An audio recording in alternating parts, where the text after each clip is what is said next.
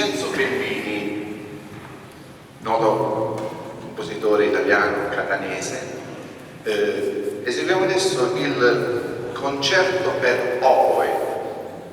Ovviamente stasera è un sogno che ci portiamo dietro da qualche anno.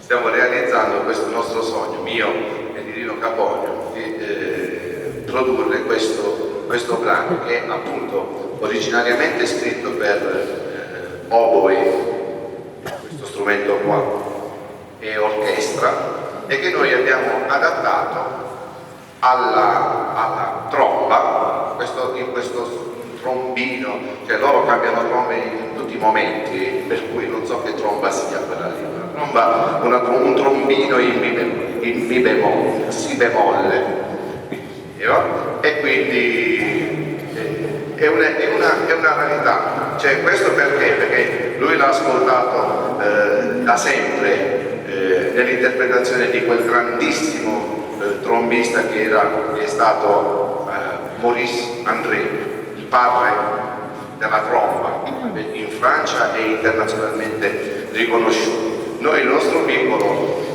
cerchiamo di farlo. Okay.